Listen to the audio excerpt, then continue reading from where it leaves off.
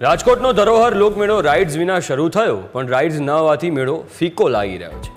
Rides વિના મેળામાં લોકો ખાણીપીણીની મજા માણી રહ્યા છે. આઈસ્ક્રીમની અને અન્ય સ્ટોલોમાં ખરીદી કરી રહ્યા છે. રાજકોટની જનતાએ કહ્યું કે રાઇડ્સ વિના મેળામાં રોનક જ નથી આવતી.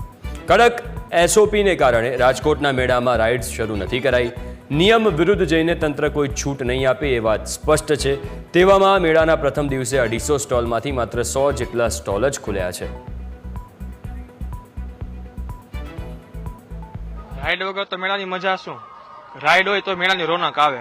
અત્યારે રાઈડ વગર તો માણસો શું આઈસ્ક્રીમ તો બારે ખાતા હોય. રાઈડ માટે તો મેળો આવતો હોય. એમ રાઈડ તો જરૂરી જ છે મેળામાં. રાઈડ વગર તો મેળો એમનો કહેવાય જ નહીં. મેળો રાઇડ્સ વિના તો કોઈને મજા જ ન આવે. અહીંયા માણસો આઈસ્ક્રીમ તો અહીંયા મોસ્ટ ઓફ તો રાઇડ્સ મોટી છે એટલે એમ જ આવતો હોય કે આપણે રાઇડ્સમાં બેસી શકીએ. બાકી આવી રાઇડ્સ દર વર્ષે ન આવે. હા, નથી જ રાઇડ્સ. અહીંયા સહેજે મજા આવે એવું કઈ માણવા જેવું રહ્યું જ નથી. હવે સ્ટોલે બહુ ઓછા થઈ ગયા. આવું હોવું તો ન જોઈએ, પણ આ વખતે થઈ ગયું છે. ખબર નહીં કેમ.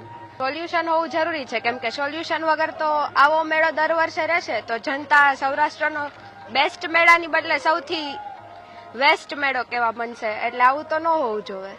સૌરાષ્ટ્રના સૌથી મોટા ધરોહર લોકમેળાની શરૂઆત થઈ ચૂકી છે.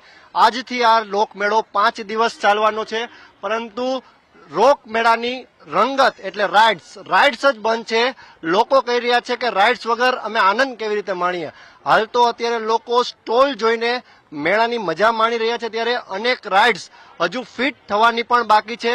રાઘવજી પટેલ દ્વારા આ મેળાનું ઉદ્ઘાટન કરવામાં આવ્યું અને તેમણે પણ કહ્યું કે હું પણ ઈચ્છું છું રાઇડ્સ તો હોવી જ જોઈએ, પરંતુ ક્યાંક ને ક્યાંક સરકારી તંત્રની જે કડક એસઓપી છે એ એસઓપીને કારણે અત્યારે આ મેળામાં ફીકી રંગત જોવા મળી રહી છે. આપણી સાથે મેળામાં અન્ય મિત્રો પણ છે, આપણે વાત કરીએ તેમની સાથે.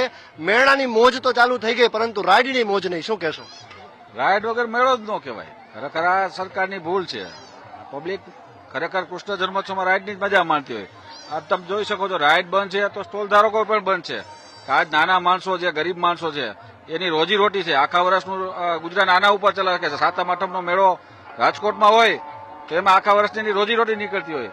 આ સરકારે એવું પગલું ભર્યું છે કે લાખો પરિવારના પેટ ઉપર પાટું માર્યું છે.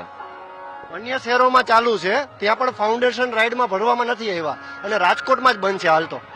સરકારના કાયદા સમજાતા નથી. એક જ સ્ટેટમાં 2-3 કાયદા. આ કયો નિયમ કે જામનગર છે, મોરબી છે, વિરમગામ છે, જે વિરમગામ મેળો બંધ કર્યો છે ત્યાંના ધારાસભ્ય હાર્દિકભાઈ પટેલે તાત્કાલિક મેળો ચાલુ કરાવ્યો, તો ત્યાં કોઈ એસઓપી લાગુ નથી પડતી. એસઓપી શું રાજકોટને જ લાગુ પડે છે? હાલ એસઓપી ને લઈને પણ સવાલ છે, ત્યારે અનેક સ્ટોલ ચાલુ છે તો અનેક સ્ટોલ બંધ પણ છે. રાજકોટમાં છઠ્ઠીને દિવસે આ મેળાનું ઉદ્ઘાટન થઈ ચૂક્યું છે, ત્યારે આ જોઈ શકો છો મહિલાઓની ભીડ. અત્યારે તમામ સ્ટોલ ઉપર લોકો ખરીદીમાં લાગી ગયા છે અને મેળાની મજા માણી રહ્યા છે. હાલ તો રાજકોટના પ્રાઇવેટ મેળાઓ પણ અત્યારે રાઇડને કારણે બંધ છે, ત્યારે જોઈએ આગામી દિવસોમાં સરકારનું અને હાઈકોર્ટનું શું સ્ટેન્ડ રહેશે.